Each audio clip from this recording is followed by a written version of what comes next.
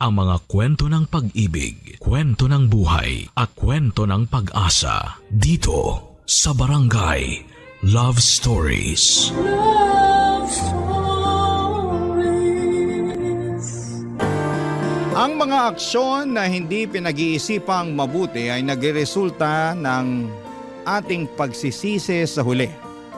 Kaya nga huwag tayong maging pabigla-bigla sa mga pagpapasya. At pag-isipan natin ito ng husto. Ikaw, kabarangay, pabigla-bigla ka ba magdesisyon? Dear Papa Dudut, dala ng sitwasyon na hindi natin inaasahan at emosyon na hindi mapigilan kaya tayo nakagagawa ng mga desisyon na pabigla-bigla. Tapos ay nagsisisi tayo sa huli. Pero ika nga tao lang, nagkakamali at nadadapa rin. Ang mahalaga ay marunong tayong tumayo, magpatuloy at magpunas ng mga luha.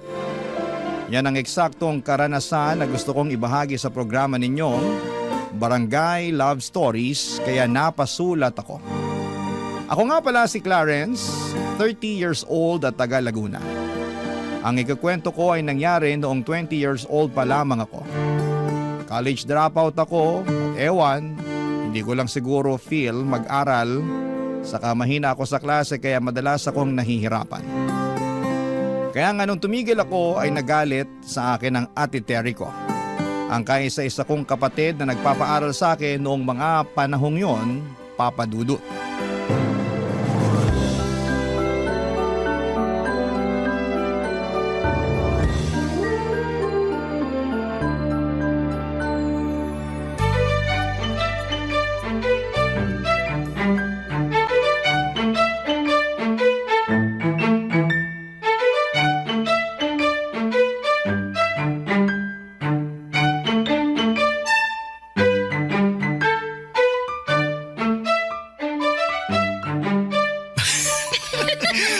Baby naman nakikiliti ako. Susibilbil pala ang kiliti mo, ha? Now I know. Uy, ano ba? Tama na. Anong tama na? Aliw ako pag tumatawa ka eh. Kaya lalo pa kitang kikilitiin. Makahagikik ka naman dyan, Clarence. Ang saya-saya mo pa. Ate, nandiyan ka na pala. Magandang tanghali po, ate. Sino naman yung babaeng yan? Si Emily, ate, girlfriend ko. Girlfriend? Kailan pa naging kayo? Kaninang umaga lang po. Kasasagot ko lang po kay Clarence. Hindi kasi ako tinigilan nitong kapatid niyo eh. Sobrang kulit kaya pinagbigyan ko na.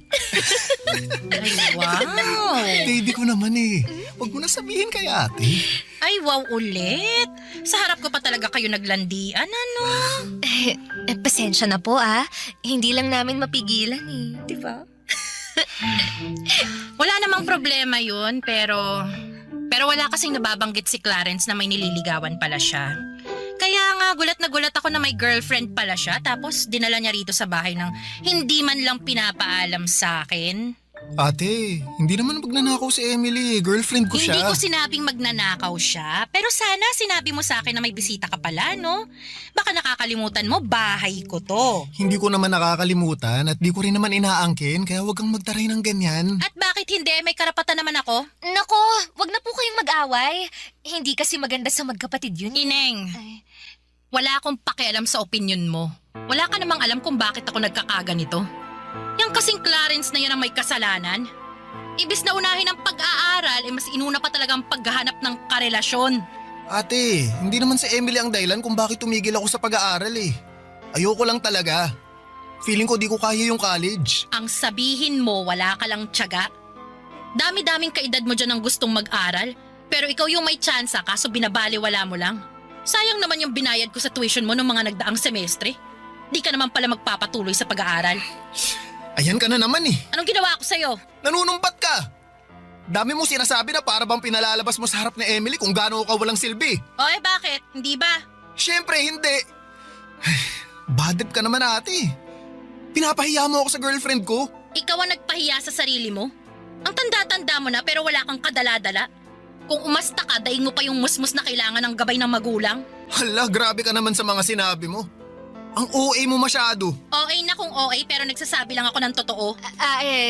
Excuse me lang po Medyo umiinit na yata rito eh. May aircon ba kayo? Mukha ba kaming may aircon? At kung meron naman, tingin mo ipapagamit ko sa'yo? Ay, grabe naman siya. Buti pa Emily, alis na lang tayo dito sa bahay. Doon na lang tayo sa mall magpalamig. Ay nakakainis kasi dito eh. Buti pa nga. Tara na, baby ko.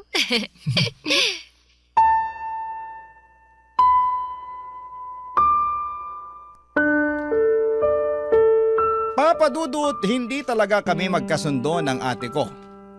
Para kasi siyang galit sa mundo palagi, yun bang pinaglihi sa sama ng loob na madalas kong sabihin sa kanya. Sa edad niya kasi noong 29 ay single pa rin siya. Baka factor na walang lalaki na nagkakagusto sa kanya kaya ganon siya kasungit. Sa katunayan ay ramdam ko na pinagtsatsagaan na lamang namin ang isa't isa. Lalo't nangako siya noon sa mga magulang namin bago sila namatay, naaalagaan niya ko. Fast forward, madalas kong sabihin kay Emily na gusto ko nang umalis sa poder ni Ate Terry. Ayoko na kasi yung pakiramdam na minamanduhan lalo na at hindi naman ako bata. Marunong na akong mag-isip at magdesisyon para sa sarili ko. Kaya nga kinumbinsi ako ni Emily na umalis na sa bahay ni ate.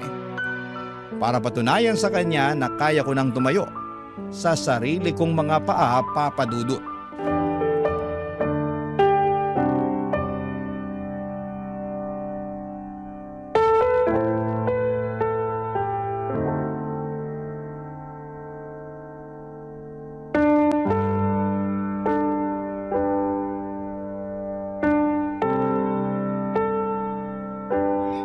Alam mo ate, mabuti pa alis na ako dito sa bahay mo para hindi mo na ako mabubungangaan. Kung hindi ka nabibingi sa sarili mong boses, pues ako binging-bingi na. At saan ka naman pupunta? May matutuluyan ka ba pag alis mo rito? Bakit parang bigla ka yatang nag-aalala sa akin? Nag-iba na ba ang ihip ng hangin? Curious lang ako kasi ang lakas ng loob mo na umalis dito, wala ka namang trabaho. Baka mamaya makita na lang kitang namamalimos dyan sa kalye. Grabe ka talaga sa akin, no? Yun naman kasi ang totoo. Porke wala pa akong trabaho at asa lang sa'yo, ganyan mo na ako pagsalitaan? Anong klaseng ate ka kung ganun? At ikaw, anong klaseng kapatid ka? Imbis na magsikap ka sa buhay at tulungan yung sarili mo, mas pinili mo pang magrebelde. Hindi pagre-rebelde ang tawag kung gusto ko lang matahimik ang utak ko sa mga sermon at pagbubunganga mo. Akala mo kasi kung sino ka kung makapagsalita, di ka rin naman perpektong tao. Saka baka nakakalimutan mong ate lang kita, ha? Hindi kita magulang kaya wala kang karapatan na kontrolin ang buhay ko. Hindi ko kinokontrol ang buhay mo. Tsaka pinagsasabihan lang kita. Kung hindi mo kayang tanggapin yun, mabuti pa nga na umalis ka na sa pamamahay ko at matuto ng buhay sa labas. Tingnan natin kung hindi ka mahirapan. Gusto mo talaga na mahirapan ako, no? Hindi ko gusto, pero mahirap naman talaga ang buhay Hindi mo alam yun kasi nga ang alam mo lang magpasarap dito sa bahay natin, magbulakbol sa pag-aaral at makipaglandian dyan sa girlfriend mo. Inggit ka lang kasi ako may girlfriend. Samantalang ikaw walang nagkakagusto sa'yo. Alam mo, tingin ko, di ka na magkakaasawi kasi napakasungit mo. Para kang pinagli sa sama ng loob tapos lagi ka pang nakaangil. Pabibilang ko lang yata sa mga daliri ko nang humiti at naging masaya ka eh. Hayaan mo, pag alis mo rito mapapadalas ng pagngiti at pagiging masaya ko. Grabe ka talaga. Buti pa si Emily may paki sa akin. Baka naaawa lang sa iyong girlfriend mo na yun Anong naaawa? Mahal ako ni Emily. At gusto niya na maging maayos ako kaya nga tinutulungan niya ako para matupad ko na yung matagal ko ng plano. Na umalis dito sa bahay mo. Ayoko na kasi talaga na makasama ka. Di umalis ka! Aalis talaga ako, hindi mo ako mapipigilan. Wow ha? Sino may sabi sa'yo na balak kitang pigilan? Gusto mo ihatid pa kita sa sakayan Ang sama talaga ng ugali mo. Ginusto mo yan, pangatawanan mo. Pangangatawanan ko talaga. Simula sa araw na to, hindi mo na ako makikita. Papa Dudut, ang daming sinabi ni Auntie Terry pero lahat ng yun ay pumasok lamang sa kaliwa at lumabas din sa kanang tenga ko. Wala na akong pakialam sa kanya dahil desidido na akong magkaroon ng sariling buhay kaya nga malaki ang pasasalamat ko kay Emily dahil inalalayan at tinulungan niya akong maisakatuparan ang bagay na yon. Masasabi ko na sa aming dalawa si Emily talagang mas malakas ang loob na gawin ang mga bagay-bagay. Bago ako umalis sa poder ni Ate Terry ay tinulungan na niya akong maghanap ng maupahang apartment. At nakahanap naman kami noong pasok sa budget, kaya masayang masaya ako. Tapos niyaya ko si Emily na lumipat doon para magkasama na kaming dalawa.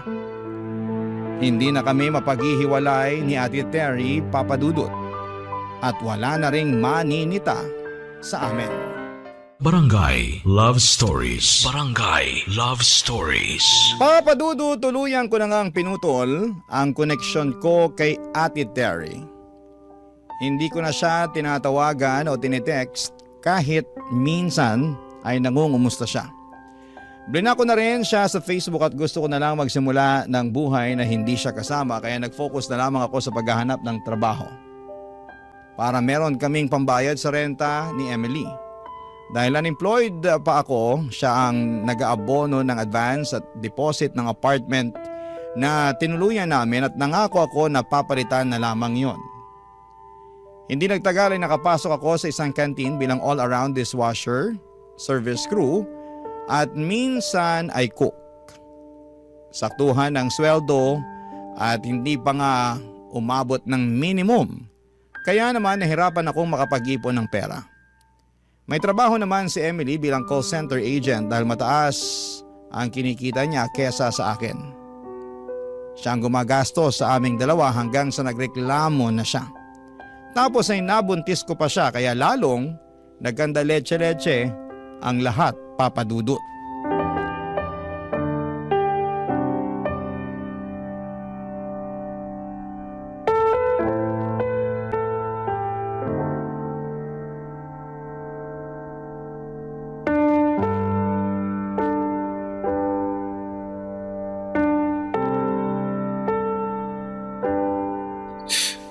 Sensya na ate. Baka sabihin mo, kinain ko mga sinabi ko ah. Wala pa nga akong sinasabi pero mukhang gano'n na nga. Wala lang kasi talaga akong matatakbuhan kaya nandito ako ngayon. Bakit di ka tumakbo doon sa girlfriend mo? Gusto ko naman tumakbo sa kanya Palayo nga lang. Nito kasing nakalipas, madalas na kaming di magkasundo.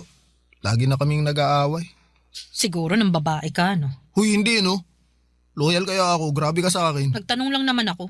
Yung tanong mo parang hinuhusgahan mo na pagkatao ko Ano ba kasing rason bakit kayo kamo palagi nag-aaway? Sa pera kasi.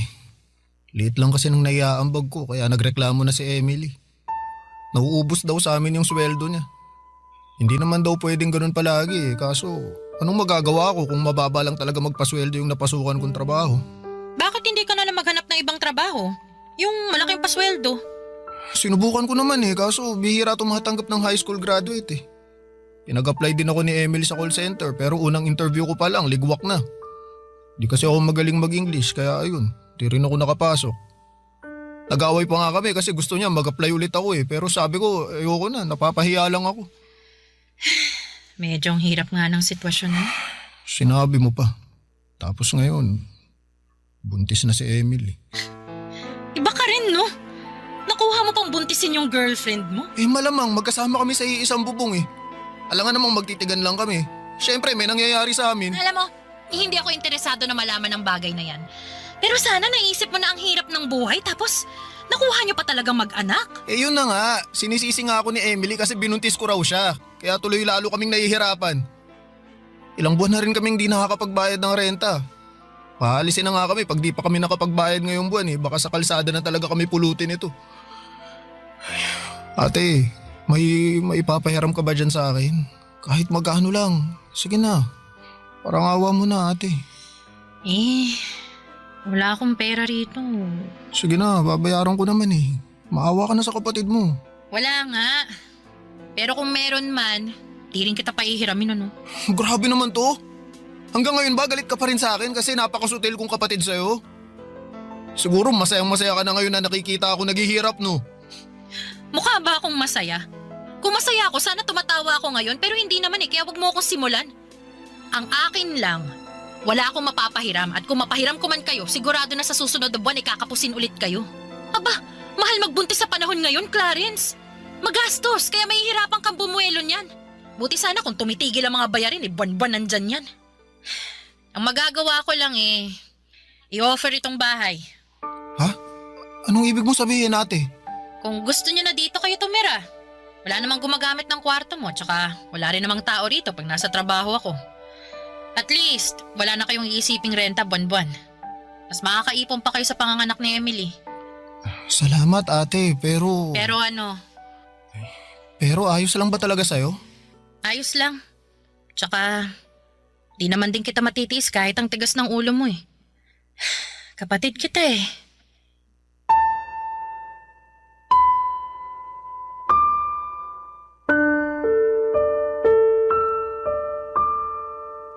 Papadudot, kinain ko talaga ang mga sinabi ko nung umalis ako sa poder ni Ate Terry nang makiusap nga ako sa kanya.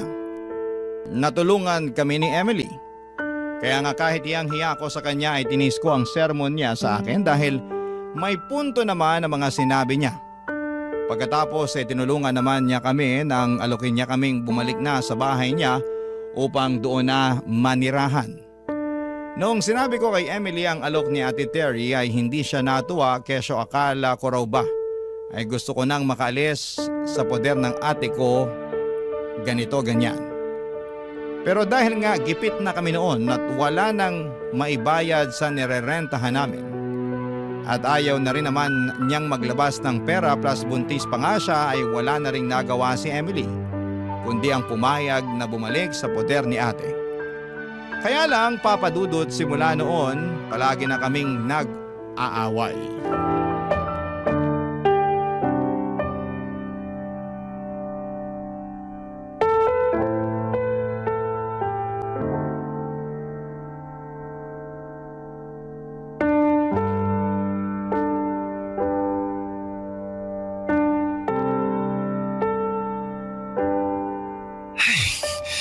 Emily naman, baka mapaano si baby. Paano mapapano? Nandito lang naman siya sa tiyan ko. Alam ko naman yun, pero balik mo nga sa ubi ngayon. Kanina pa kita niyayaya kaso ayaw mo namang umalis. Ayoko nga. Tinatamad ako. Bakit mo naman katatamaran ng bagay na yun? Bakit ka ba kasi nakikialam? Ako naman ang buntis, hindi naman ikaw ah. Kaya mas alam ko kung ayos lang yung baby natin o hindi. Hindi ko kailangang magpa-OB. Gastos lang yan. Para ka namang ano eh. Ano? Sige, sabihin mo. Hindi na ba talaga matatahimik ang bahay na to? Simula nung dumating kayo rito araw-araw na lang kayo nag-aaway. Mahiya naman kayo sa akin, oh. At bakit naman ako mahihiya sa'yo? Sino ka ba? Anong sinabi mo? Huy! Emily, ano ba yung pinagsasasabi mo kay ate? Kakayamot kasi tong ate mo eh. Sabat ng sabat, hindi naman kasali sa usapan. Bastos naman pala tong babaeng to eh. Clarence, pagsabihan mo yan dahil papatulang ko yan kahit buntis yan. Sige, hindi rin kita aatrasan. O ano, halika, sabunutan tayo. Ano naman ikaw? Teka! Pwede ba? Kumalma muna kayo! Paano kakalmay napakagaganyang kinakasama mo? Bastos, walang modo. Baka nakakalimutan nyo sinong mas matanda rito, ha? Wala kaming nakakalimutan, no? Nakakainis ka lang talaga. At ako pa talaga nakakainis? Hiyang-hiya naman ako sa'yo. Pasensya ka na ate ha, hindi lang alam ni Emily ang sinasabi At niya. ako pa talaga ang walang alam dito, ha? O sige, magkampihan kayo. Pagtulungan niyo ako. Parang tanga. Ikaw ang parang tanga. Emily, tumigil ka na! Saka pa, Anong ginawa ko? pareho kayo ng ate mo na nakakainis. Buti pa, matutulog na lang ako. Ayoko makita ang pagmumukha niyo. Mas ayaw kong makita yung pagmumukha mo. Uy, ate, pasensya ka na ha. Hindi naman sinasadya ni Emily yun eh. Buntis lang yun. Pabago-bago kasi yung emosyon. Sinasadya o hindi, bastos talaga yung babaeng yan. Matagal ko na yan napansin sa kanya eh. Akala ko magbabago pero wala man lang character development. Tapos ngayon akala mo kung sino samantalang nakikita na lang naman kayo dito. Alam mo Clarence, mabuti pa umalis na lang kayo rito kasi sumasakit lang ang ulo ko sa inyo eh. Saan naman kami pupunta kung aalis kami dito? Ewan ko, hindi ko na problema yon. Bahala na kayo. Total, abuso kayo. Lalo na yung kinakasama mo parang banu mag-isip. Ate naman eh, hindi mo na ba talaga mapagpapasensyahan si Emily? Kung pasensya lang, kotang-kota na ako sa inyo. Panahon na para ako naman ang intindihin nyo, no? Gusto ko lang ng tahimik at stress-free na bahay na uuwian ko pagkagaling sa trabaho. Pero hindi nangyayari yun dahil sa ingay nyo. Para kayong aso't pusa kung magbangayan. Mahiya naman kayo sa akin at sa mga kapitbahay natin. Papadudot, hiyang-hiya ako kay Ate Terry dahil siya na nga ang nagmabuting loob. Na patirahin kami sa bahay niya ay minasama pa ng kinakasama ko. Hindi ko alam kung dahil lamang ba yon sa buntis siya, kaya siya moody o sadyang unti-unti ko nang nakikita ang tunay na ugali ni Emily. Kaya nga para wala ng gulo ay nag-decide na lamang kaming umalis sa bahay ni Ate Terry makalipas ang 1 buwan na paninirahan doon. Tumuloy kami ni Emily sa bahay ng nanay niya. Bale, nagrenta lamang din sila ng maliit na kwarto kung saan ay kasama nila doon ang 5 pang nakababatang kapatid ni Emily sa ina. Dahil nga sa pagdating namin ay para na kaming sardinas doon na nagsisiksikan sa masikip na lata. Ang hirap kumilos at ang gulo-gulo ng mga kapatid ni Emily. Kaya hindi rin ako makapagpahinga ng maayos. Barangay Love Stories. Barangay Love Stories. Papadudot pakiramdam ko ay wala akong kakampi sa bahay ni na Emily, lalo na kapag nag-aaway kami. Mabait naman ang mama niya pero pakiramdam ko ay may sinasabi itong hindi maganda sa akin kapag nakatalikod ako. Pero sa kabila ng lahat ay pilit ko silang pinakisamahan ng maayos hanggang sa nanganak na nga ang kinakasama ko. Siyempre, tinulungan ulit ako ni Ate Terry para makabayad kami sa ospital. Kaya nga malaki ang pasasalamat ko sa ate kong yon dahil maasahan talaga siya sa oras ng kagipitan. Masasabi ko na naging maayos naman ang unang 2 buwan ng pagiging magulang namin ni Emily. Hindi na kami masyadong nag-aaway noon at ang focus na lamang ay magtrabaho. Kumayod ako ng husto at sa katunayan ay madalas na nga akong mag-overtime at mag-double shift para naman malaki ang pera na maiuwi ko lalo't huminto muna sa pagtatrabaho si Emily para alagaan ang anak namin, Papa Dudut.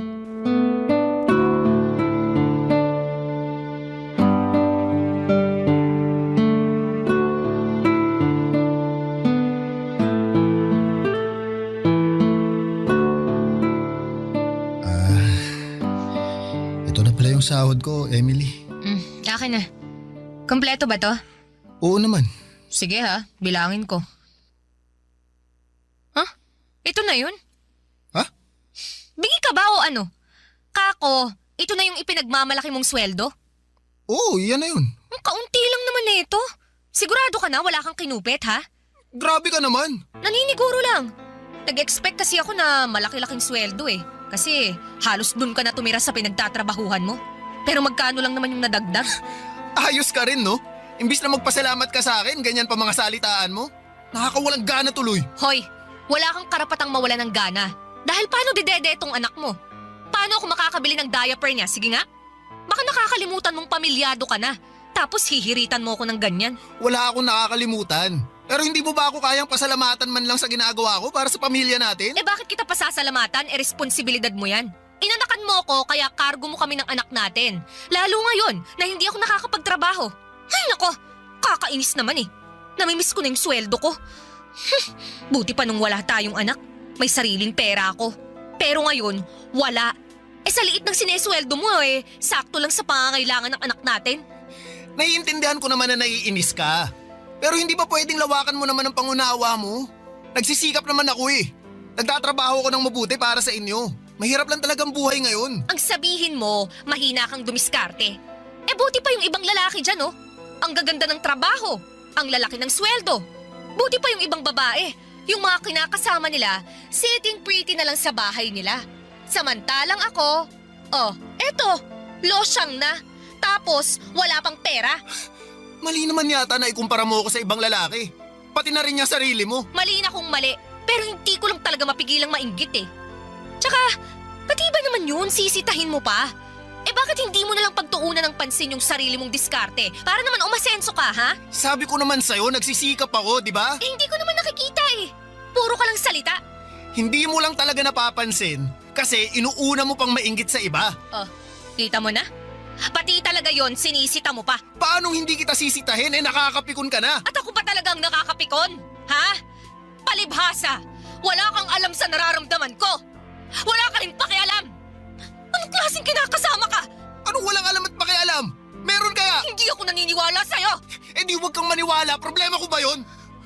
Alam mo, Pagod na ako. At gusto ko lang magpahinga kaya pakiusap. Manahimik ka na dyan. Wala akong karapatang magpahinga. Ano sinabi mo? Narinig mo ang sinabi ko. Huwag kang umastang bingi dyan. Ah! Lintik na buhay naman to! Oh! Pati itong kinakasama ko, lintik din! Ah! Papa Dudut, sobrang aburido ako kay Emily kaya hindi ko na nakontrol ang bibig ko na magsalita ng mga masasakit. Bagay na lalo lamang gumatong sa nagbabaga at mainit-init na naming away. Tapos ay kinantsawan pa kami ng mga kapatid niya at pinagpustahan kung sino sa amin ang kakampihan nila. Siyempre walang kumampi sa akin kaya lalo lamang akong nanliit at nakaramdam na pinagtutulungan nila ako. Noong hindi pa humuhupa ang tensyon sa pagitan namin ni Emily ay pumagitna na ang nanay niya para sawayin at awatin kami. Tumigil na ako pero kung ano-ano pa ring mga sinabi ni Emily kaya napiko na ako at nagdesisyon na lamang na umalis sa bahay nila. Bago ko pa mabigwasan ang pagmumuka ng kinakasama ko. Tapos pumunta ako sa bahay ni Ate Terry. Para kung bata na nagsumbong sa kanya kaya naman galit na galit siya. Kasi inaapi na raw pala ako doon. Gusto niya sanang sumugod kina Emily para raw sa bunutan ng kinakasama ko kesyo wala siyang pakialam kung hindi pa nagtatagal simula ng mga anak ito. Pero inawat ko na lamang si ate at pinakiusapan na pabayaan na lamang niya akong magpahinga sa bahay niya. Kinabukasan, Papa Dudut, ay doon na ako umuwi kina Emily at sermon agad ang pinaalmusal niya sa akin.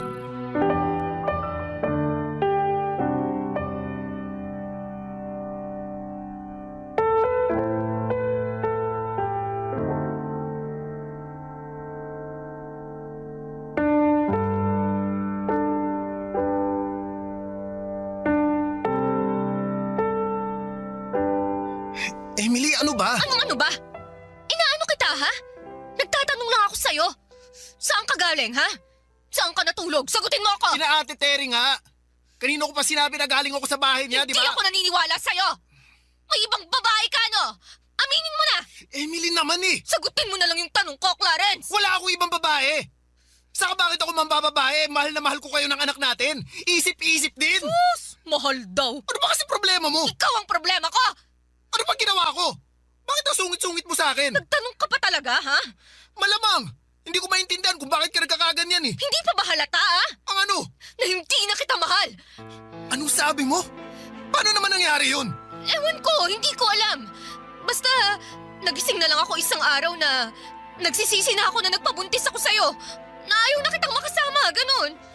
Imposible naman yun. Posible yun. Maniwala ka. Siguro ikaw talaga yung may iba, no? Aminin mo na. Ha? Wala ah. Bakit naman ako maghahanap ng panibagong sakit ng ulo? Sige nga. Ewan ko sa'yo. Hindi ako malanding babae, no? Pero kung sakali man na magkagusto ulit ako sa iba, iiwasan ko na yung mga kagaya mo. Aaminin ko na naging uto-uto ako nun. Kasi masyado akong nadala sa matatamis mong salita at naawa ako sa mga drama mo. Pero alam mo, na-realize ko na mas gusto ko pala ng lalaking mature mag-isip at kaya akong buhayin. Hindi kagaya mo. Ayun! Lumabas din ang totoo sa bibig mo mismo. Pero wala nga sabi akong lalaki. Tsaka bakit ako ang inaakusahan mo? Ikaw nga yung kung kani-kaninong bahay nakitulog kagabi. Tigas din ang bunbunan mo, no? Gusto mo tawagan pa natin si Ate Terry para itanong mo sa kanya mismo na andun ako sa bahay niya natulog kagabi? Ayoko nga. Bakit ko gagawin yun eh? Malay ko bang nagsabuatan kayong magkapatid? Siyempre pagtatakpan ka niya. Ah! Para ka talagang taki! Ikaw ang parang tanga. Hindi mo ba talaga ako bibigyan ng katahimikan kahit konti lang? Manahimik ka muna kasi nakakapikon ka na eh! Ano naman kung nakakapikon ako? Ha? Oh, bakit? Anong gagawin mo sa akin? Sasaktan mo ako? Sira, hindi ako nananalit ng babae. Hindi raw. Pero sa tono mo parang papunta na dun eh. Grabe ka na sa akin, Clarence! Sobra-sobra nagpasakit ang ginagawa mo sa akin! Ano, wala akong ginagawa sa'yo. Napaka-OA mo ha. Ako pa talaga ang OA? Oo, sino pa ba? Saka bakit ka nag-iiyak dyan? Mamaya isipin ng pamilya mo, sinaktan kita o ano, mapasama na naman ako. Masama na naman talaga ang tingin nila sa'yo! At kasalanan mo kung bakit ganon. Buti pa, alis na muna ulit ako. Malapit na akong masiraan ng ulo sa pamamahay na to eh. Pag umalis ka, hiwalay na tayo! Bahala ka sa buhay mo! Papadudot nakipaghiwalay nga sa akin si Emily at kahit masakit sa loob ko ay hinayaan ko na siya. Ang bigat din naman niya sa kalooban na kasama kasi. Tipong hindi na niya ako nirespeto at hindi niya rin na-appreciate ang mga efforts na ibinibigay ko para sa kanya. Bukod doon ay pinagbintangan niya pa akong may ibang babae samantalang siya nga yung nanlalalaki. 2 araw pagkatapos kong umalis sa bahay nila. Maging si Ate Terry ay hindi rin makapaniwala sa kinahandungan ng aming relasyon. Pero isa lang ang nasabi niya. Confirm daw na malandi ang dati kong kinakasama. Wala na naman akong pakialam kay Emily. Ang habol ko lang ay ang anak ko na nakikita ko ng 1 beses sa loob ng 1 linggo. Nag-focus na lamang ako sa pagtatrabaho at pagpapaunlad sa aking sarili para masustentuhan ko ang aking anak at mabigyan siya ng maayos na kinabukasan. Hanggang dito na lamang po ang sulat ko, Papa Dudut. Maraming salamat po sakaling mapili niyong i-ere sa programa ninyong Barangay Love Stories. More power po sa inyong programa at sa inyong istasyon. Ang inyong forever, kapuso at kabarangay, Clarence. Kwentuhan naman tayo dito sa comment section. Ang mga kwento ng pag-ibig, kwento ng buhay at kwento ng pag-asa dito sa Barangay Love Stories. Love Stories. Hanggang kailan ka nga ba magiging pangalawa sa taong lagi mong inuuna? Hanggang kailan ka papayag na maging isang taong tinatakbuhan lang? Kapag may kailangan siya pero sa dulo ng araw, iba ang kasama niya kapag masaya na siya. Dear Papa Dudut, itago niyo na lamang po ako sa pangalang Essie. Sumulat ako sa inyo ngayon para ikwento sana sa inyo ang naging maiksing forever namin ng aking ex-boyfriend na si Jay. Tulad ng mga kakasimulang relasyon, napupuno kami noon ng pagmamahalan at halos ayaw naming malayo sa isa't isa. Updated sa ginagawa ng bawat isa kahit nga magkasama na kami sa trabaho, ay nagtitext pa rin kami at nagkukumustahan kung kaya pa ba ang workload na meron kami sa araw na yon. Ganon kami. Facebook official na kami at syempre ang pinaka-importante sa lahat ay official kami sa pamilya ng bawat isa. Akala ko nga ay talagang forever na ito eh. Akala ko. Kasi maayos naman kaming dalawa, walang naging problema pagdating sa oras dahil marami kami noon para sa isa't isa. Lalo na ako. Handa kong ibigay sa kanya ang lahat ng oras ko. Walang naging problema sa pamilya namin kasi boto sila sa amin. Actually ay sila pa nga itong nagpaplano na para sa future wedding namin. Nakakatawa na nakaka-pressure. Wala rin naging problema na sobrang bigat o walang naging challenges sa relasyon namin na hindi namin nalagpasan dahil sinisiguro ko na hindi kami aabot sa punto na matatalo kami ng mga pagsubok na yon. Bago pa man lumala ang inuupahan na naming pareho ang problema o inuupuan na namin ang mga problema at pinag-uusapang dalawa. Sobrang perfect na nga eh. Inabot na nga kami ng 2 taon sa relasyon pero sobrang gulatan na lang talaga. Noong 2nd year anniversary namin ay may bomba siyang pasabog na mas nakakasorpresa pa kesa sa ginawa kong surprise anniversary date para sa aming dalawa, Papa Dudut.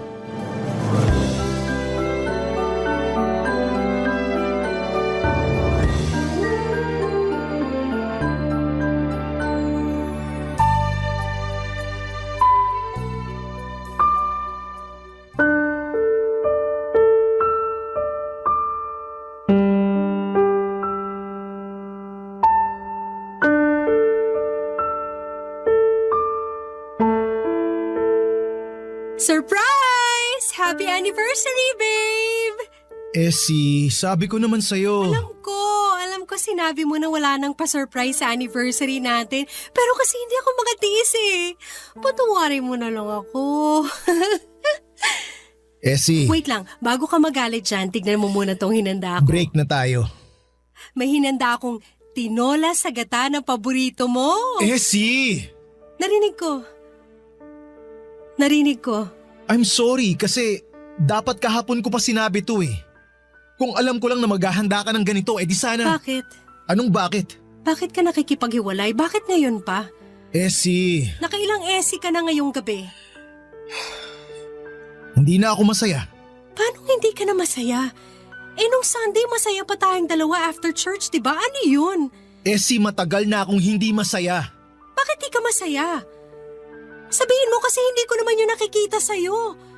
Hindi ko alam kung bakit hindi na ako masaya. Siguro kasi hindi na kita mahal. Pero mahal kita, Jay. I'm sorry, Essie.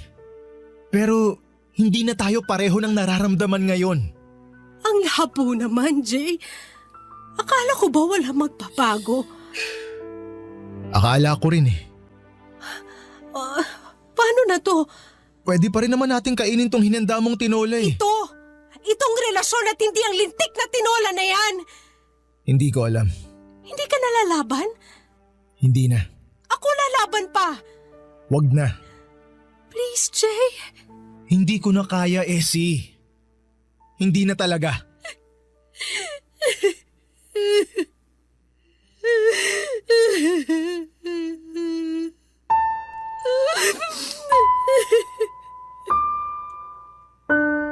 Papadudot ako ang nasurpresa noong gabi ng anniversary namin ni Jay. Iyak ako ng iyak na hindi niya ako mapatahan pa.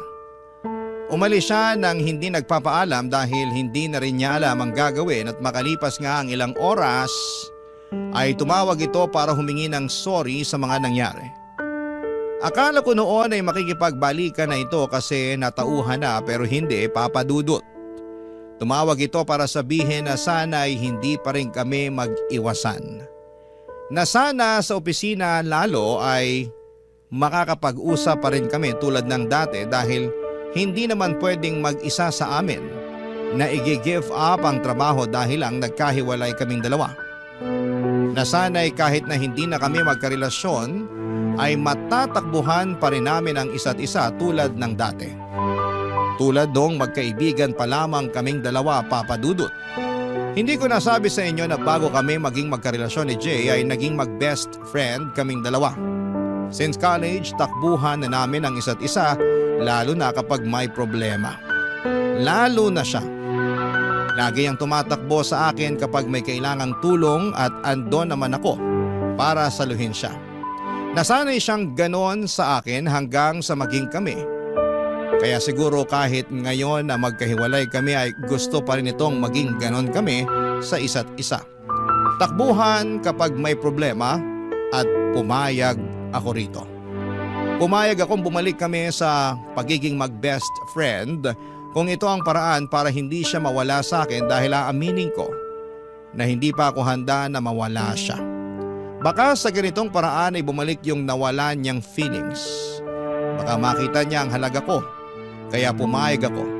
Naging best friend niya ulit ako, papadudot.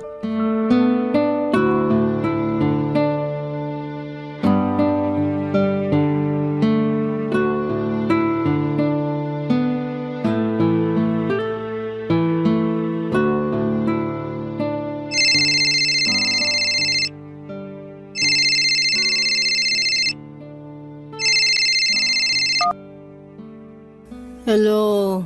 Essie, gising ka pa ba?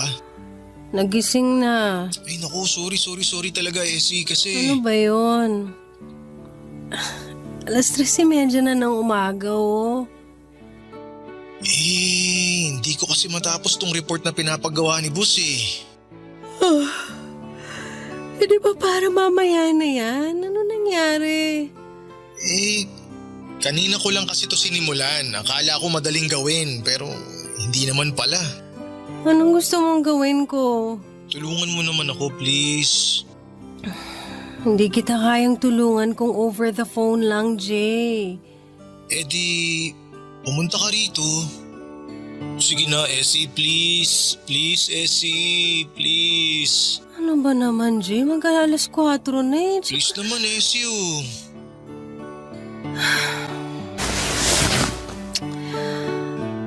Okay. Bigyan mo ako ng 30 minutes. Pwedeng 20 minutes? Okay. Bigyan mo ako ng 20 minutes para mag-prepare. Ayun, thank you. Thank you, Essie. Sobrang thank you. Grabe, maaasahan talaga kita sa lahat. Ano pa nga bang silbi ko sa buhay mo, di ba? Ang laki kaya ng silbi mo. Ikaw ang savior ko eh. Araw-araw. Savior. Oh, bakit mo naman tinawanan yung sinabi ko? Hindi ko tinawanan. May naalala lang kasi ako. Hulaan ko. Nung college tayo, yan ang madalas kong sabihin sa'yo kapag ginagawa mo yung assignments ko, lalo na nung ginawa mo yung thesis ko. At marami pang iba.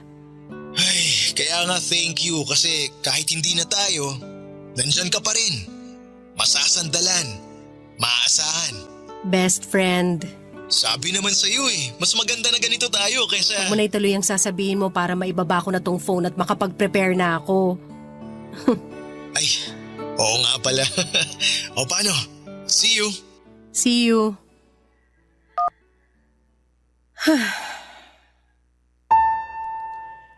Best friend, yan na lamang ako muli sa buhay niya. Takbuhan niya kapag may kailangan o may problema. Para kaming bumalik sa college, ang daming nagsasabi na ang tanga-tanga ko para ipagpatuloy ang ginagawa ko. Pero kibits balikat na lamang. Hindi kasi nila naiintindihan yung kagustuhan ko na mapalapit lamang kay Jay. Nasanay akong kasama siya at nasanay akong lagi siyang nandyan. Kaya hindi madaling putulin yung naging routine namin. Hindi ko kaya. Kaya naman nakontento ako sa ganito sa pagiging best friend kung eto ang paraan para hindi siya mawala sa akin. Dahil papadudot aaminin ko, kahit 2 taon nang nakalipas, ay mahal ko pa rin siya. Hindi nawala ang pagmamahal ko sa kanya siguro'y dahil ayaw ko naman kasing mag-move on talaga sa kanya. Kasi lagi naman kaming magkasama. At kahit noong nagkaroon na ito ng bagong girlfriend, ay andun pa rin ako sa kanya. Natatakbuhan niya. Kahit ang sakit-sakit na. Andun pa rin ako at umaaktong ayos na kahit durog na ako. Dahil alam kong wala ng pag-asang maging kaming dalawa dahil may mahal na siyang iba. Papa Dudut. Barangay Love Stories. Barangay Love Stories. Papa Dudut, lumipas ang 5 taon at heto pa rin ako, katrabaho pa rin si Jay. Ginagawa pa rin ang lahat para sa kanya. Nagigising ng sobrang aga kahit sobrang dilim pa para lamang tulungan siya sa trabaho niya na hindi niya maintindihan o hindi niya magawa. Lumipas nga ang 5 taon at heto, nakakasama pa rin niya ako sa inuman kapag masama ang loob niya sa trabaho o kaya ay sa karelasyon niya. Lumipas nga ang 5 taon at heto, mahal ko pa rin siya. Wala pong nagbago. Mahal na mahal ko pa rin siya. Tanga na akong tanga pero hirap talaga akong kalimutan siya. Lalo na't lagi namang kaming magkasama. At dahil nangako ako sa kanya na hindi ako magbabago, na hindi ako iiwas at magiging mag-best friend pa rin kami. Kahit nga noong time na sinabi nito sa akin na engaged na sila ng kanyang girlfriend. Hindi pa rin ako umalis. Nangako pa rin ako na matatakbuhan niya anumang oras niya ako kailangan, Papa Dudut.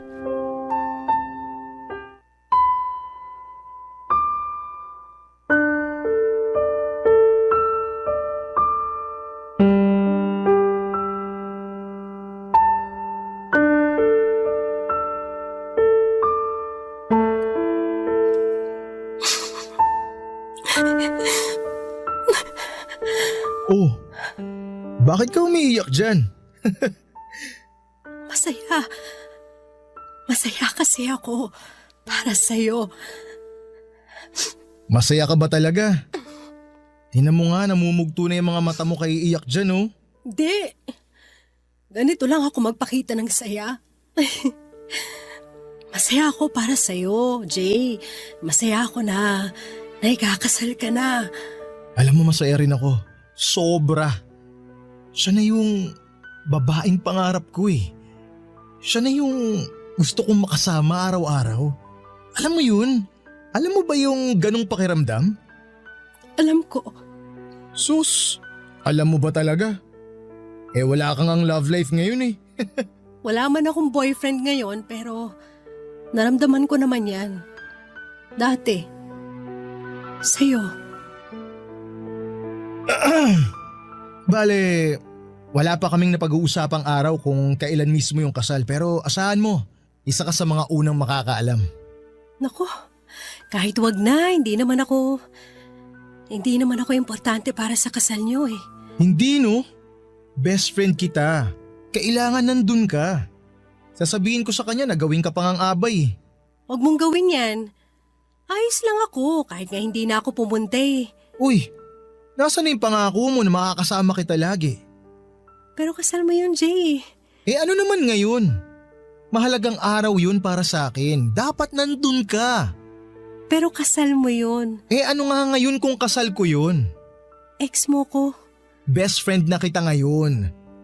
Ang tagal na nating wala. Eh lagi na nga tayong magkasama eh. Hindi na tayo naiilang sa isa't isa tulad ng ibang mag-ex dyan. Iba tayo, okay? So dapat pumunta ka. Jay, hindi ko kaya. Bakit?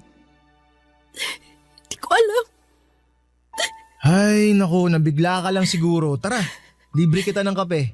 Tulungan mo na rin ako sa mga dapat tsaka mga hindi ko dapat gawin sa kasal. Okay ba yun? Jay, please. Eh alam ko na ang gusto mong sabihin. Gusto mo iwasan at layuan mo na ako dahil engaged na ako. Hindi naman ako manhid eh. Hindi naman kasi ang dapat eh. Pero di ko kaya yun. Hindi mo kaya? Oo. Kasi nasanay na ako na nandyan ka. Hindi ko alam kung makakayanan ko ang araw-araw na wala ka. Pero… ituloy mo pa rin yung pangako mo. Huwag kang mawawala sa tabi ko. Nandyan ka lang para matakbuhan ko. Para matulungan ako. Diyan ka lang. Walang dapat magbago kahit ikasal pa ako. Kahit magkaanak pa ako at magkaapo. Diyan ka lang. Ha? Okay.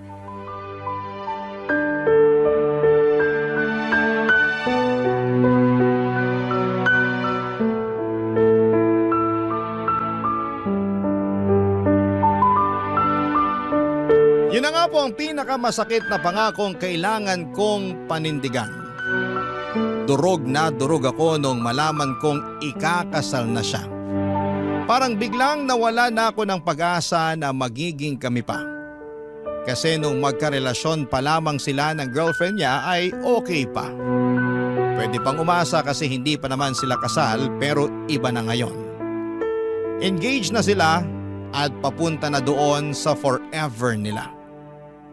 Alam ko dapat at pinanindigan ko na lamang yung tumatakbo sa utak ko na dapat ay umiwas na ako kahit na ayaw pa niya. Oras na rin para makapag-move on sa kanya pero hindi ko nagawa. Kasi nung tumingin ako sa mga mata niya noong narinig ko ang mga pakiusap niya na huwag akong mawawala ay para akong natameme. Na dapat na sa tabi lamang niya ako, lahat ng plano ko na lumayo ay nawala at pumayag ako sa kagustuhan niya. Ang mga kong hindi ako aalis. Na forever akong nasa tabi niya at forever niya akong matatakbuhan kapag kailangan niya ng forever best friend. Hindi ko po alam, Papa Dudut, kung hanggang kailan ako masasanay sa ganito. Hindi ko alam kung makaka-move on na ba ako sa kanya at matatanggap na ang katotohanan na mag-best friend na lamang kaming dalawa.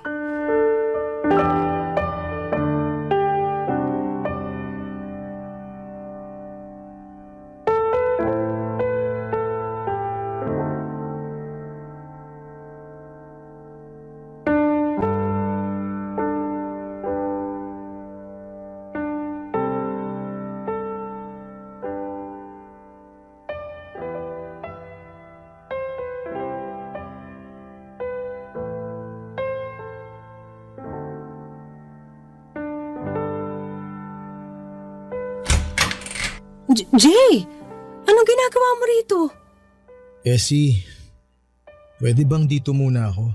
Tuloy ka. Ano ba nangyari? Si ano kasi, Yung fiancé mo. paano mo nalaman? Kapag ganyan na itsura mo, alam ko nag-away na naman kayo eh. Hindi ko siya maintindihan eh. Ang labo niya. Ang babae kasi, kahit anong gawin mo, hindi mo maiintindihan. Mahalin mo na lang. Pero bakit ikaw naiintindihan ko? Kasi best friend mo ko at matagal na tayo magkakilala. Ang hirap niyang intindihin. Lagi na lang ako yung nag-a-adjust. Paano naman ako? Kailangan ba lagi ako yung may malawak na pangunawa? Bakit siya hindi niya magawa yun para sa akin?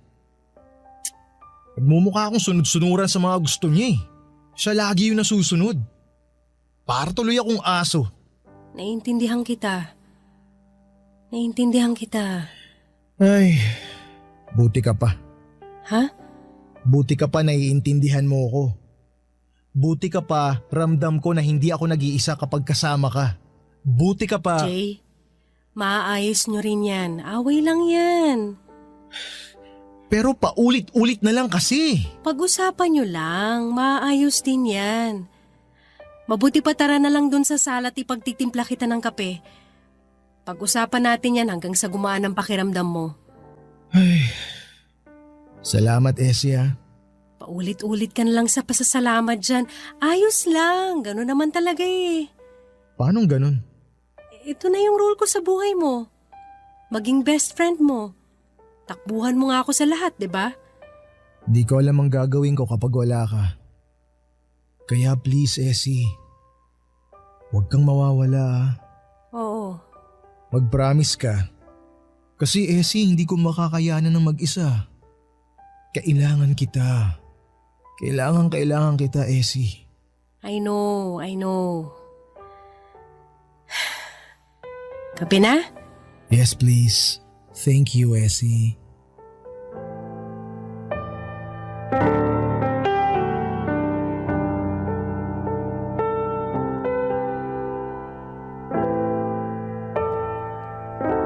Dapat maging masaya ako kapag sinabi niya na kailangan niya ako. Dati masaya ako noon kapag sinasabi niya yon. Kapag nagpapasalamat siya at sinasabi niya na masaya siya na nandun ako lagi para sa kanya. Na walang ibang babaeng kayang gumawa noon kahit pa nga ang GF niya. Hindi kayang gawin ang ginagawa ko.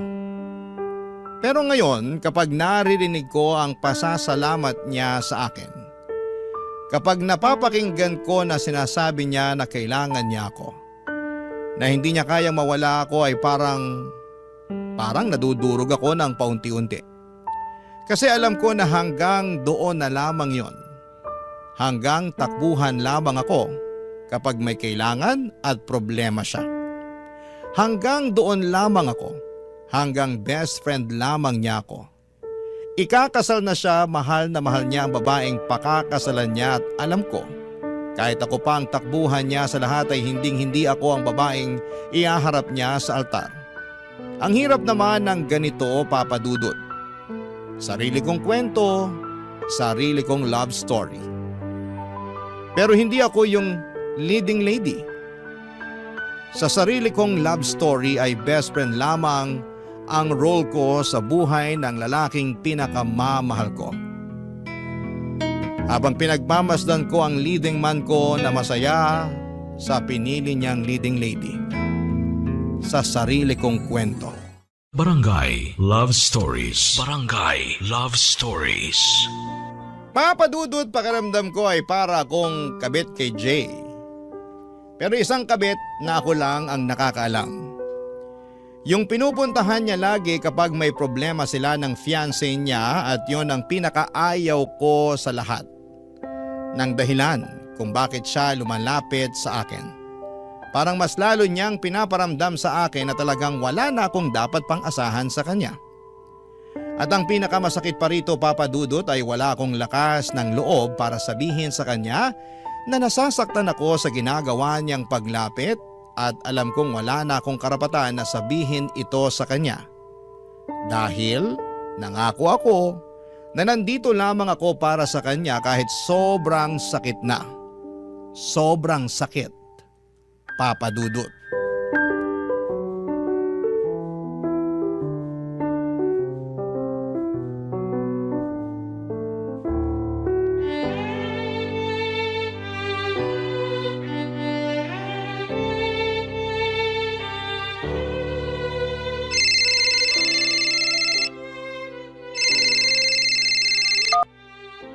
Hello? Hi Essie, naistorbo ba kita? Hindi naman. Bakit? Wala naman, gusto lang kitang kumustahin. Kumustahin ako? O bakit parang nagulat ka? Wala lang. Kala ko kasi may kailangan ka eh. Nanibago lang. Grabe naman to. Kinukumusta naman kita kahit wala akong kailangan Bihira. Kaya sorry, nagulat lang. Okay lang naman ako. Ano bang meron? Wala naman. Pwede bang tumawag lang ako kasi gusto kitang makausap, ganon? Weird eh. Hindi ako sanay na tumatawag ka na walang kailangan. Uy, nakakasakit ka ng damdamin Kanina kasi sa office napansin ko na parang tulala ka. Tapos tahimik. Di ka nga ata kumain ng lunch Dami lang kasing dami lang ginawa kaya ayun, hindi na nakakain. Tigilan mo nga ako, wala kaya masyadong ganap sa office ngayon. Masama lang siguro yung pakiramdam kasi lately sobra yung puyat ko eh. Aba, mukhang pinariringgan mo ako dyan Bakit naman kita paparinggan? Kasi ako lagi nang pupuyat sa'yo. Ay, teka, parang weird pakinggan yun Ang ibig kong sabihin, napupuyat ka dahil sa katutulong sa akin sa mga take home ko na trabaho.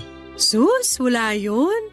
Ilang years ko na namang ginagawa yan, sanay na ako. Parang masama ata loob mo Pero Essie, sobrang thank you Ano bang nakain mo at ganyan ka ngayon ha? Wala naman. Bigla lang kasi kitang naisip ngayon. Tapos naalala ko yung mga pinagdaanan natin nung naging tayong dalawa. Naalala mo nung nag-away tayo dahil nagsiselos ako dun sa isang katrabaho natin? Si Fred? Sus, paano ko makakalimutan yun? Binlock mo pa ako sa Facebook nun sa sobrang selos mo. Pero in-unblock din kita kinagabihan, no? Kasi sabi mo natatakot ka na kapag hindi kita ka-chat, kami ni Alfred yung mag-usap. Praning ka! Sus, ikaw nga rin tong praning Naalala mo si Camille, yung naging kapitbahay ko? Ang tindi kaya ng selos mo dun. Halos araw-araw nasa bahay ka para bakuran ako sa kapitbahay ko na yun. Oy, may dahilan para magselos ako dun sa sakang na yon, Panay kaya pagpapakit niya sa'yo, napapansin ko kaya. Sus, madumi ka lang mag-isip. Di mo lang maamin na selosa ka talaga. Kapal nito, gustong-gusto mo naman na pinagsiselos ako. Ang cute mo kasi pag nagsiselos ka. Tsaka doon ko nararamdaman na ang gwapo ko. Tsaka mahal na mahal mo ako. Kaya pala, ikaw talaga? Sus, ikaw rin naman dyan. Di ba nga nung... Jay? Isang Hawaiian pizza at pa-upgrade na sa pineapple juice yung drinks. No ice please. Ha? Ano sinasabi? Tapos, available ba yung lasagna nyo? Jay! Hindi na. Okay lang. Sige, siguro sa next order ko na lang. Ano bang? Oo, okay na yun. Thank you. Bye.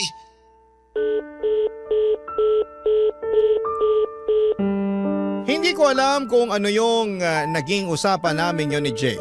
Kung bakit bigla siyang tumawag at bigla naming pinag-usapan ang nakaraan namin. Aaminin ko na nakaramdam ako ng kaunting pag-asa. Baka kapag nagtuloy-tuloy ay baka maisip niyang mahal niya pa rin ako. Tuwang-tuwa ako noon habang pinag-uusapan ang nakaraan namin, pero nung biglang dumating ang fiancé niya ay bigla siyang nagpanggap na tumatawag sa isang fast food para magpa-deliver ng pagkain at walang sabi-sabing pinatayan ako ng tawag noong papalapit na ang fiancé niya sa kanya. Sobrang mixed signal yon para sa akin. Ano ba talaga? Bakit siya biglang mangungumusta at magbabanggit ng nakaraan namin? Bakit siya biglang magiging sweet tapos bigla ay parang nililihim na niya ako sa kanyang fiancé na dati naman ay hindi niya ginagawa? May mali siya na ba yon sa kanya?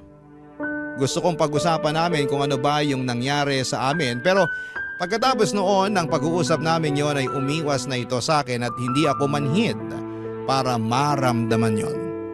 Pero sa tingin ko ay maganda na rin yon para maka-move on na rin po ako sa kanya. Baka yun ay hinihintay ko para tuluyan na siyang makalimutan kasi hindi ko kayang ako ang magsimulang umiwas sa kanya. Siguro inabot ng 2 linggo ang hindi namin pagkikibuan hanggang sa isang araw ay bigla na lamang itong pumunta sa bahay, Papa Dudut.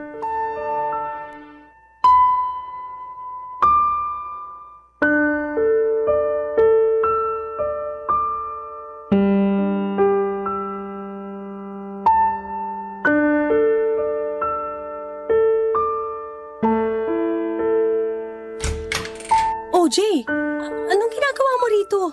Bakit lagi kayong magkasama ni Pete? Pete? From marketing? Bakit? May ibang Pete ka pa bang nakakasama, ha? Wala. Teka, bakit parang galit ka? Hindi ako galit. Hindi. Nagtatanong lang ako kasi lagi kayong magkasama eh. Bakit masama ba? Oo! Kasi wala namang koneksyon ng department natin sa kanila. So hindi ko magets kung bakit lagi siyang umaali-aligid sa cubicle mo kapag break. O kaya kapag meron siyang chance. Bakit? Wala ba siyang ibang cubicle na pwedeng puntahan? May tinatanong lang yung tao. Ano yun araw-araw? Oras-oras may tinatanong?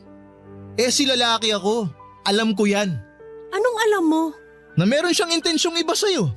Ano naman ngayon? Pareho naman kaming single, wala namang magagalit. Ako yung magagalit, bakit? Bakit ka magagalit? Sino ka ba para kagalitan kung sino man ang lumapit sa akin? Best friend mo ko. Aking ka lang. Best friend ka lang.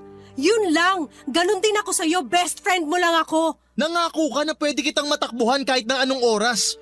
Kapag kailangan kita, nandun ka. Pero hindi ko pinangako na ikaw lang ang pwedeng tumakbo sa akin kapag may kailangan. So ganun na lang yon. 2 kaming pwedeng lumapit sa'yo. 2 na kami, ganun. Wala na sa akin ang focus mo. Bakit kailangan mag-focus ako sa'yo? Sino ka ba? Best friend mo nga. Paulit-ulit naman tayo eh. Oo!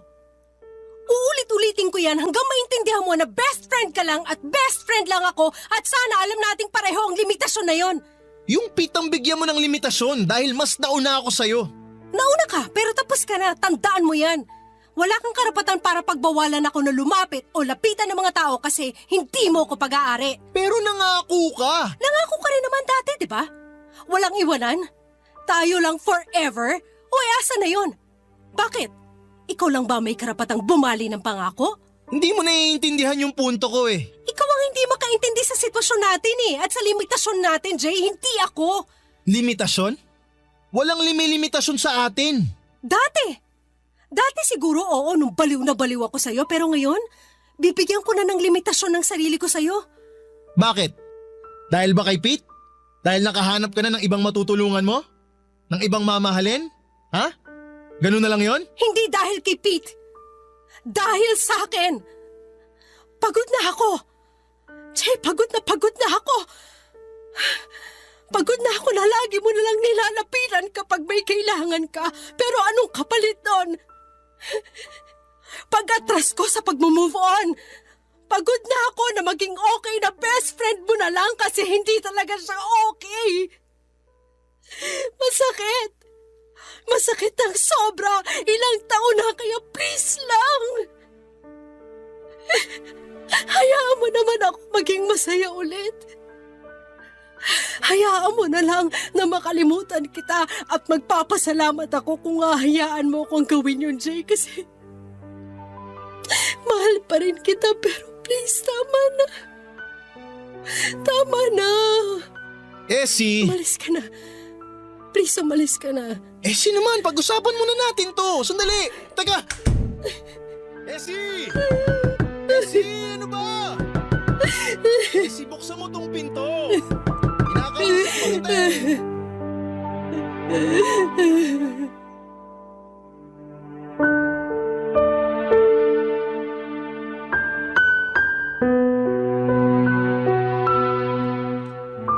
Sa unang pagkakataon ng buhay ko ay naramdaman kong malaya na ako. Naramdaman ko, Papa Dudut, na makakapagbukas na ako ng panibagong chapter ng buhay ko. Nawala na ang inaakala kong leading man ko. Sa unang pagkakataon ng buhay ko ay naramdaman ko na may ginawa rin akong tama para sa sarili ko naman. Sobrang sakit na tuluyang ko nang pinutol ang koneksyon namin ni Jay. Pero alam kong mas kailangan ko ang sakit na yon para tuluyan kong maitulak ang sarili ko papunta sa tamang direksyon at sa tamang tao. Alam ko na habang nakadikit ako kay Jay ay nababawasan ang chance na mahanap ko ang totoong leading man ng buhay ko. Kaya ng gabing yon, sinabi ko sa kanya lahat-lahat ng mga tinago kong salita sa loob ng maraming taon. Tinapos ko ang chapter namin ang gabing yon. At hindi ako nagsisisi na ginawa ko yon dahil sa unang pagkakataon sa buhay ko. Nagkaroon ako, Papa Dudut, ng pag-asa na magiging masaya ulit ako. Sa unang pagkakataon ng buhay ko ay naramdaman ko na tama ang ginawa ko at alam ko ang kasunod nito ay saya na. Saya dahil ilang hakbang na lamang at makikilala ko na ang leading man ng buhay ko. Yung leading man na ituturing akong leading lady sa kwento naming dalawa. Aabangan ko yon. At hindi ako mapapagod na humakbang patungo sa direksyon kung nasaan man siya. Papa Dudut, marami na akong sakit na dinanas sa nakaraang pahina ng buhay ko. Malit na bagay na lamang ang hahakbangin ko para makalaya. Ang inyong kapuso at kabarangay forever, Essie. Kwentuhan naman tayo dito sa comment section.